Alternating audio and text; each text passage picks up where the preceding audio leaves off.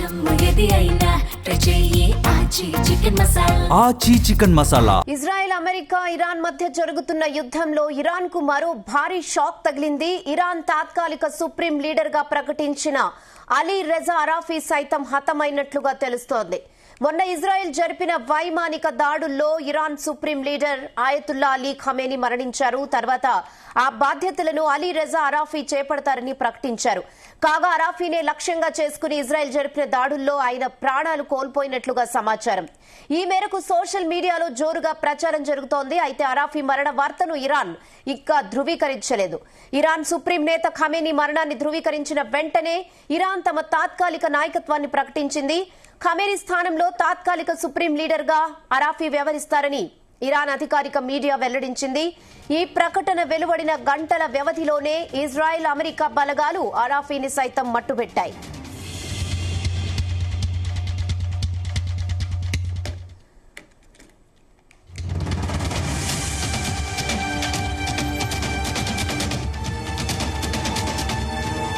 ఇదే విషయంపై మరిన్ని updates chief news coordinator Radhakrishna అందిస్తారు. S Radhakrishna. Good evening Rehana. Iran supreme Khamenei మృతి చెందిన కొద్ది గంటల్లోనే ఇప్పుడు మరొక సంచలనం వార్త బయట బాగా పెద్ద ఎత్తున సోషల్ మీడియాలో ఇతరత్ర ప్లాట్ఫామ్ లో పెద్ద ఎత్తున వైరల్ అవుతోంది. ముఖ్యంగా ఏంటంటే తాత్కాలికంగా ఉన్నటువంటి సుప్రీం ఎవరైతే ఉన్నారో అలీ రెజా అరాఫీ కూడా ఏదైతే ఇజ్రాయెల్, అమెరికా సంయుక్త బలగాలు ఆధ్వర్యంలో జరిగినటువంటి ఎయిర్ స్ట్రైక్ లో అరాఫీ కూడా మృతి చెందాడు. అరాఫీని అంతమొందించారు అని చెప్పేసి ఇప్పుడు పెద్ద ఎత్తున గత ఉదయం నుంచి కూడా ఇతర సోషల్ మీడియాలో కావచ్చు, అదే సందర్భంలో మెయిన్ స్ట్రీమ్ మీడియాకు సంబంధించి కొన్నింటిలో ప్రచారం జరుగుతూ ఉంది. నిజంగానే అలీ రెజా అరాఫీ, ఎందుకంటే అతని తాత్కాలికంగా సుప్రీం గా ఎన్నుకొని కొద్ది గంటలు కూడా గడవక ముందే అలీ రెజా అరాఫీని కూడా ఇజ్రాయెల్ దళాలు, యుఎస్ బలగాలు మట్టుబెట్టాయి అనేది ఇప్పుడు వార్త మాత్రం కొంత సంచలనంగా మారుతుంది. ఎందుకంటే ఇప్పటికే ఇరాన్ సంబంధించి సుప్రీం ఖమేనీ, ఎందుకంటే దశాబ్దాల కాలం పాటు ఇరాన్ ముందుకు నడిపించినటువంటి ఖమేనీ అతను ఏదైతే ఇజ్రాయెల్ జరిపినటువంటి ఎయిర్ స్ట్రైక్ లో మృతి చెందిన సంగతి తెలిసిందే. సో ఖమేనీతో పాటు అత్యంత కీలకమైనటువంటి 48 మంది అధికారుల బృందం కావచ్చు, అదేవిధంగా అతనిలోని మంత్రివర్గంలో కీలకంగా ఉన్నటువంటి రక్షణ శాఖ మంత్రి నజీర్ జాదే, అదే సందర్భంలో పాక్ పౌర్ ఏదైతే మొత్తంగా చీఫ్ కమాండర్ టైప్ ఉంటారో అతను కూడా ఖమేనీతో మృతి చెందాడు. సో అది జరిగి కొద్ది గంటలు కాకముందే, సో ఒకవైపు దాంతో తేరుకోకముందే ఇరాను ఇంకా నెక్స్ట్ ఖచ్చితంగా ఇరాన్ ఒకవైపు తీవ్ర పరిస్థితులు, ఇరాన్ సంబంధించి ఇజ్రాయెల్, అమెరికా నుంచి ఇతరత్ర మొత్తంగా కూడా తీవ్ర దాడి కొనసాగుతూ ఉంది.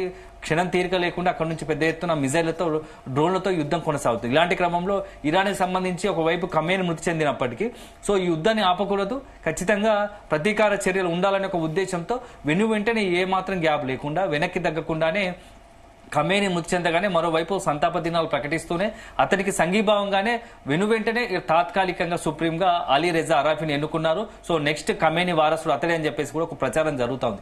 ఇలాంటి నేపథ్యంలో ఇప్పుడు తాజాగా ఆ అరాఫీని కూడా ఈ ఇజ్రాయెల్, యుఎస్ బలగాలు టార్గెట్ గా చేసుకుని ఎయిర్ స్ట్రైక్ లో అంతమొందించాయి అని చెప్పేసి ఒక ప్రచారం జరుగుతోంది. సో ఇప్పటికైతే దీనికి సంబంధించి ఇటు ఇరాన్ కావచ్చు, అదేవిధంగా ఇజ్రాయెల్ కి సంబంధించి అమెరికా నుంచి కానీ ఇలాంటి అధికారిక ప్రకటన మాత్రం రాలేదు. అదే సందర్భంలో మాత్రం కొంత, ఎందుకంటే ఫస్ట్ మొదట్లో కూడా ఈ ఎవరైతే సుప్రీం చీఫ్ ఉన్నటువంటి ఎవరైతే ఉన్నారో సుప్రీం ఉన్నారో ఇరాన్ సుప్రీం సంబంధించి ఖమేనీ మృతి విషయంలో కూడా కొంత ఒకవైపు చాలా సుదీర్ఘంగా కూడా కొంత అప్పటికే ఒక క్లారిటీ రాలేదు. కానీ ఎప్పుడైతే డొనాల్డ్ ట్రంప్ కావచ్చు ఇజ్రాయెల్ అధికారికంగా ప్రకటించారు, ఇరాన్ మీడియా కూడా దానికి సంబంధించి అధికారికంగా ఖమేనీ మృతి చెందారని చెప్పేసి కొద్ది గంటల తర్వాత చెప్పిన పరిస్థితి. సో ఇప్పుడు మరొకసారి కూడా ఈ ఖమేనీ లాగానే ఇది కూడా అలీ రెజా అరాఫీ విషయంలో కూడా అదే జరుగుతుందా, నిజంగానే అలీ రెజా అరాఫీ ఎక్కడ ఉన్నాడు, అతనిపై ఎయిర్ స్ట్రైక్ జరిగాయి, అతను ఏం చేస్తున్నాడు అనేది మాత్రం ఇప్పుడు చాలా $1 మిలియన్ ప్రశ్నగా మారింది. ఎందుకు అంటే తాజాగా కూడా ఇప్పుడు మనం చూస్తే అలీ రెజా అరాఫీ ఒక చిన్న పొరపాటు వల్లే ఖమేనీతో పాటు అత్యంత కీలకమైనటువంటి ఒకవైపు అధికారుల బృందం కావచ్చు, అదేవిధంగా సైనిక బృందం కావచ్చు,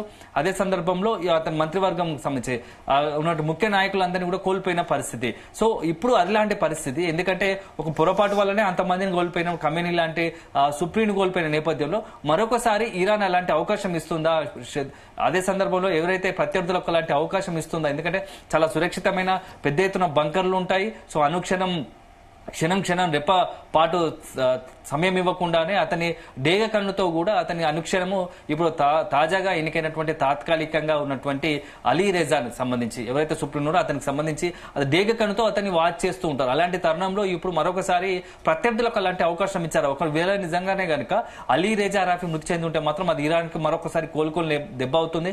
ఎందుకంటే ఖమేనీ మృతి తర్వాతనే దాదాపుగా కొంత ఆత్మస్థైర్యం దెబ్బతిని సో కొద్ది గంటల తర్వాతనే అసలు ఏం చేయాలి, నెక్స్ట్ యుద్ధంలో ఎలాంటి వ్యూహాలు అమలు చేయాలనే దానిపైన ఒక క్లారిటీ స్పష్టత లేకపోవడంతో కొద్దిసేపు మొత్తంగా కూడా ఖమేనీ మృతి చెందారనే వార్త ఆ ఇరాన్ తో పాటు ఇటు మొత్తం దేశానికి సంబంధించి చాలా మంది పౌరుల్లో కూడా ఒక రకమైన ఆత్మవిశ్వాసం దెబ్బతిని గందరగోళ పరిస్థితి ఏర్పడించింది. సో ఇప్పుడు తాజాగా కూడా అలీ రెజా అరాఫీ విషయంలో కనుక అది జరిగితే ఖచ్చితంగా ఇరాన్ కు మరొకసారి కోలుకోలేని దెబ్బ అవుతుంది. ఎందుకంటే ఇప్పటికే ఇజ్రాయెల్ అదేవిధంగా అమెరికా బలగాలు పూర్తి స్థాయిలో ఇరాన్ పై పట్టు సాధించాలనుకుంటున్నాయి. ఎక్కడికక్కడ ఇరాన్ చుట్టుముట్టి మొత్తంగా ముప్పేట దాడి కొనసాగించాలని అనుకుంటున్నాం. సో ఒకవైపు దీన్ని తిప్పికొట్టేందుకు అన్ని రకాలుగా ఇరాన్ సంబంధించి ప్రయత్నాలు చేస్తూ ఉంది. ఇరాన్ కూడా ఈ ఇజ్రాయెల్ యుఎస్ బలగాలను టార్గెట్ కాకుండా గల్ఫ్ కంట్రీస్ టార్గెట్ చేసుకుని గల్ఫ్ లోని చాలా కీలకమైన కేంద్రాలు, వాణిజ్య సముదాయాలు కావచ్చు, లేకుంటే వాణిజ్య అదే సందర్భంలో చమురు ఉత్పత్తి కేంద్రాలు కావచ్చు, ఇట్లాంటి అన్నిటి ప్రధాన నగరాలు ప్రధానంగా ఉన్నటువంటి ఎక్కడైతే టూరిజంగా అత్యంత కీలకమైనటువంటి ఉంటాయో అలాంటి ప్రాంతాలను టార్గెట్ గా చేసుకుని ఇటు ఇరాన్ కూడా వరుసపెట్టి డ్రోన్లతో అటాక్ చేస్తోంది. ఇలాంటి సందర్భంలో ఇప్పుడు అలీ రెజా అరాఫీ మృతి చెందాడనే వార్త మాత్రం తీవ్ర కలకలం రేపుతోంది. దీనికి సంబంధించి ఇటు రెండు పక్షాల నుంచి ఇటు ఇరాన్ నుంచి కావచ్చు, అదేవిధంగా ఇజ్రాయెల్ అమెరికా నుంచి మాత్రం ఎలాంటి వార్త లేదు. ఎందుకంటే ఖచ్చితంగా అలాంటిది జరిగి ఉంటే ఇప్పుడు ఈ పాటికే డొనాల్డ్ ట్రంప్ లేదంటే ఇజ్రాయెల్ నుంచి ఖచ్చితంగా ఒక మెసేజ్ అయితే పాస్ ఉండేది. సక్సెస్ఫుల్ గా ఖమేనీతో పాటు నెక్స్ట్ ఇరాన్ సుప్రీం కూడా అంతమొందించామని చెప్పేసి ఒక ప్రకటన వెలువడదు. అయితే ఉదయం నుంచి కొద్దిగా పరిణామాలు మాత్రం కొంత ఓ రకంగా మారుతా ఉన్నాయి. మొదట ఉదయం ఇరాన్ చర్చలకు సిద్ధమని చెప్పేసి డొనాల్డ్ ట్రంప్ ప్రకటించిన విషయం తెలిసిందే. ఎందుకంటే వారం రోజుల పాటు దాడులు కొనసాగుతాయని చెప్తూనే ఇరాన్ చర్చలకు సిద్ధం అంటుంది. సో ఇది ఆహ్వానించదగ్గ విషయం. ఈ మొత్తం కూడా చర్చలకు సంబంధించి ఎప్పుడో పునరాలోచన చేయాల్సింది. చర్చల విషయంలో వెనక్కి తగ్గడం, చర్చల విషయంలో మొండిపట్టుగా ఉండడం వల్లే ఈ రోజు ఖమేనీతో పాటు 40 మంది మృతి చెందారు. సో చాలా ఆలస్యమైంది అని చెప్పేసి కూడా డొనాల్డ్ ట్రంప్ చెప్పిన పరిస్థితి కనబడుతుంది.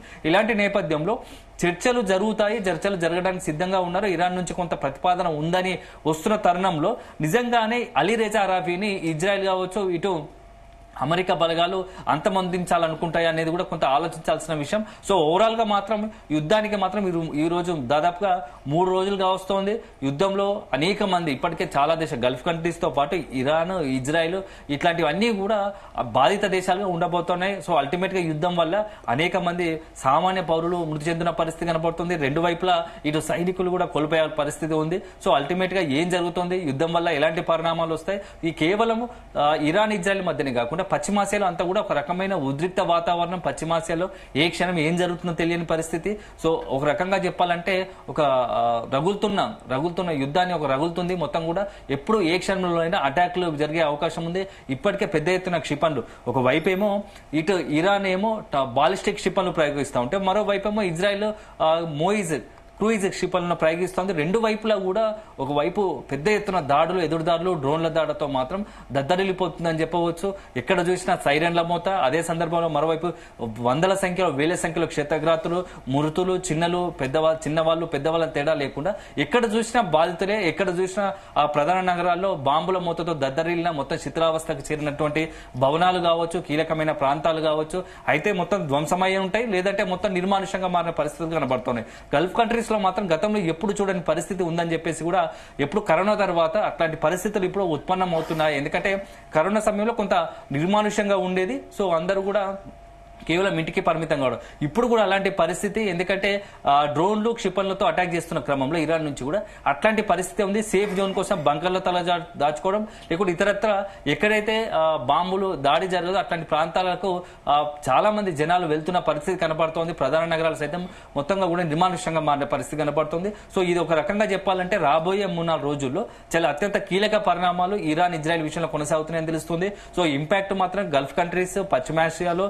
దాంతో పాటుగా వరల్డ్ వైడ్ గా ప్రపంచవ్యాప్తంగా కూడా అనేక రకాలుగా అనేక దేశాలపైన దీని ప్రభావం తీవ్రంగా పడబోతోంది. సో ఇక ముఖ్యంగా మన భారత్ కూడా అదే సమస్యగా ఎదుర్కొనే అవకాశం ఉంటుంది. ఇప్పటికే ప్రధాని నరేంద్ర మోడీ కూడా నిన్న నుంచి కూడా ఏదైతే ఇరాన్ ఇజ్రాయెల్ సంబంధించి కొనసాగుతున్న యుద్ధ నేపథ్యంలో అనుక్షణం కూడా నిత్యం మానిటరింగ్ చేస్తున్న పరిస్థితి కనపడుతోంది. ఎందుకంటే అది కేవలం ఆ రెండు దేశాల మధ్య యుద్ధమైన చూడొచ్చు, అది ప్రపంచవ్యాప్తంగా ప్రపంచం మీద పెను ప్రభావం చూపే అవకాశం ఉంటుంది. కాబట్టి రెండు వైపులా ఖచ్చితంగా చర్చలు జరగాలి.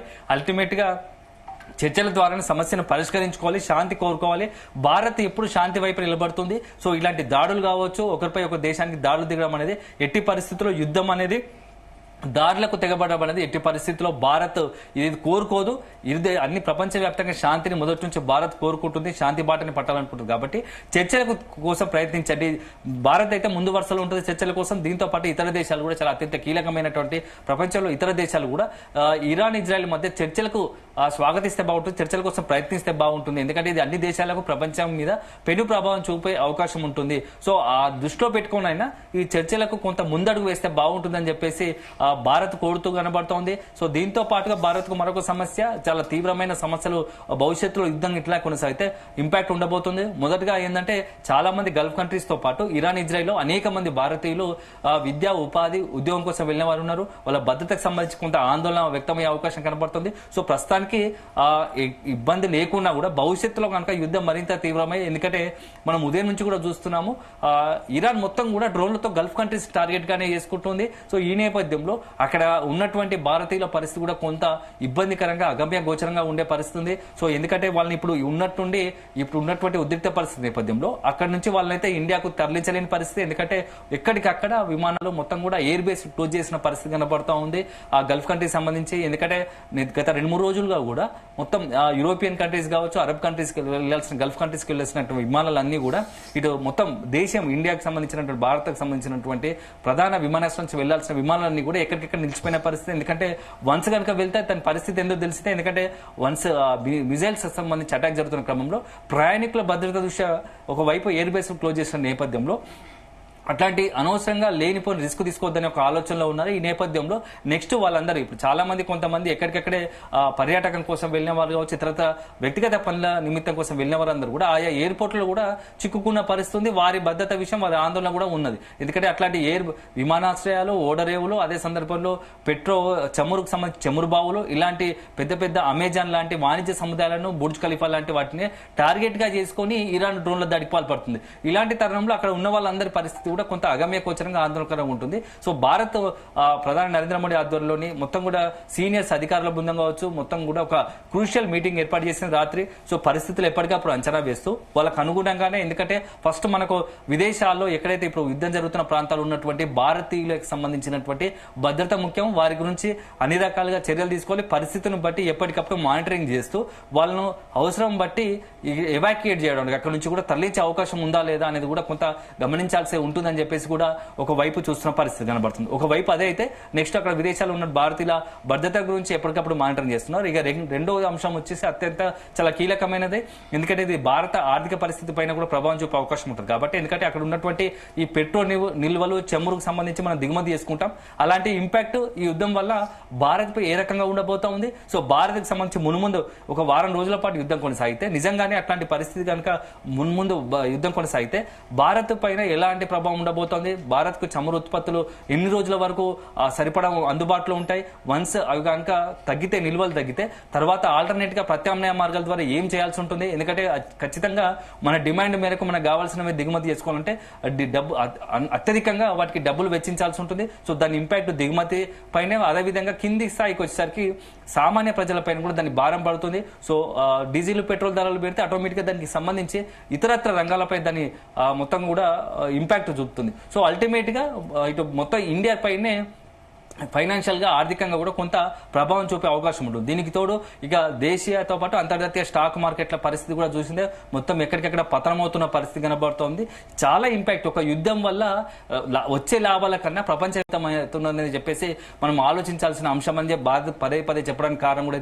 ఎందుకంటే 2 రోజుల క్రితం కూడా ఇటు ఇజ్రాయెల్ జరిపిన దాడిలో అభంశుభం తెలియని అనేక మంది, 50 మందికి పైగా ఆడపిల్లలు, చిన్న 8 ఏళ్ల నుంచి దాదాపుగా 10-15 ఏళ్ల మధ్య వయసు ఉన్నటువంటి ఆడపిల్లలు 56 మంది పైగా కూడా మీనాబ్ అనే ఏరియాలో ఇరాన్ లో ఒక క్షిపణి దాడి వల్ల చనిపోయిన పరిస్థితి ఉంది. అంటే అంత అభంశుభం తెలియని చిన్నపిల్లలు సైతం ఈ యుద్ధంలో ప్రాణాలు కోల్పాల్సిన పరిస్థితి. సో ఇలాంటి పరిస్థితులు అవసరమా అనేది భారత్ పదే పదే ఇటు ఇరాన్, ఇజ్రాయెల్ తో పాటు అమెరికా ప్రపంచ దేశాలన్నింటినీ కూడా అభ్యర్థిస్తున్న పరిస్థితి. సో వన్స్ ఒక రకంగా ఇదే కంటిన్యూ అయితే భవిష్యత్తులో మొత్తంగా కూడా ఏదో ఒక దేశం మొత్తం కూడా తుడిచిపెట్టుకుపోయే కాలం. ఎందుకంటే ఇజ్రాయెల్ అమెరికా వెనక తగ్గట్లేదు. అదే సందర్భంలో ఇరాన్ కూడా ప్రతీకార దాడులకు దిగుతుంది. సో ఖచ్చితంగా దీని ఇంపాక్ట్ రెండు దేశాల పైన ఎక్కడో దగ్గర తీవ్రంగా ఉంటుంది. సో ఎవరో ఒకరు నష్టపోవాల్సిన పరిస్థితి ఉంటుంది. సో అలాంటి కాకుండా అల్టిమేట్ గా చర్చల ద్వారా ఇంత యుద్ధ నష్టం జరగవద్దు అనుకుంటే సమస్యను పరిష్కరించుకునేందుకు ముందడుగు వేయాలని చెప్పేసి కోరుతుంది. సో ఇవన్నీ పక్కన పెడితే ఇప్పుడు అల్టిమేట్ గా మాత్రం తాజాగా ఇరాన్ కు ఒక రకమైన పరిస్థితి ఏంటంటే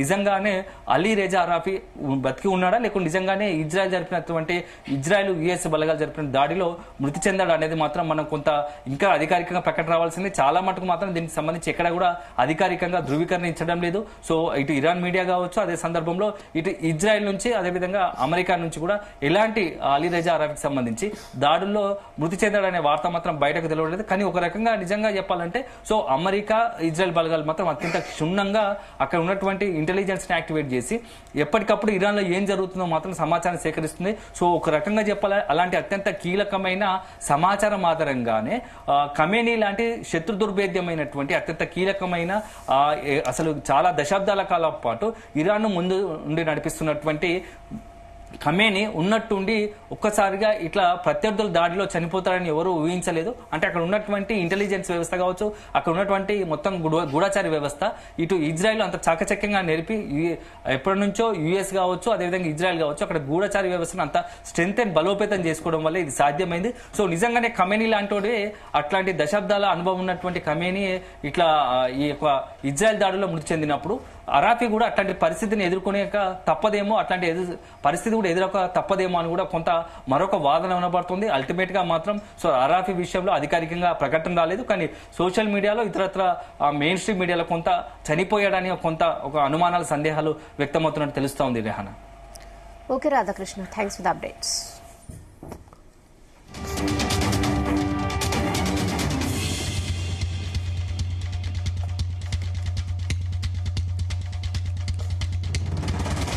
ఇజ్రాయెల్, అమెరికా, ఇరాన్ మధ్య జరుగుతున్న యుద్ధంలో ఇరాన్ కు మరో భారీ షాక్ తగిలింది. ఇరాన్ తాత్కాలిక సుప్రీం లీడర్ గా ప్రకటించిన అలీ రెజా అరాఫీ సైతం హతమైనట్లుగా తెలుస్తోంది. మొన్న ఇజ్రాయెల్ జరిపిన వైమానిక దాడుల్లో Iran supreme leader Ayatollah Ali Khamenei మరణించారు. తర్వాత బాధ్యతలను అలీ రెజా అరాఫీ చేపడతారని ప్రకటించారు. కాగా అరాఫీనే లక్ష్యంగా చేసుకుని ఇజ్రాయెల్ జరిపిన దాడుల్లో ఆయన ప్రాణాలు కోల్పోయినట్లు సమాచారం. ఈ మేరకు సోషల్ మీడియాలో జోరుగా ప్రచారం కూడా జరుగుతోంది. అయితే అరాఫీ మరణ వార్తను ఇరాన్ ఇంకా ధృవీకరించలేదు. ఇరాన్ సుప్రీం నేత ఖమేనీ మరణాన్ని ధృవీకరించిన వెంటనే ఇరాన్ తమ తాత్కాలిక నాయకత్వాన్ని ప్రకటించింది. ఖమేనీ స్థానంలో తాత్కాలిక సుప్రీం లీడర్ గా అరాఫీ వ్యవహరిస్తారని ఇరాన్ అధికారిక మీడియా వెల్లడించింది. ఈ ప్రకటన వెలువడిన గంటల వ్యవధిలోనే ఇజ్రాయెల్, అమెరికా బలగాలు అరాఫీని సైతం మట్టుబెట్టాయి.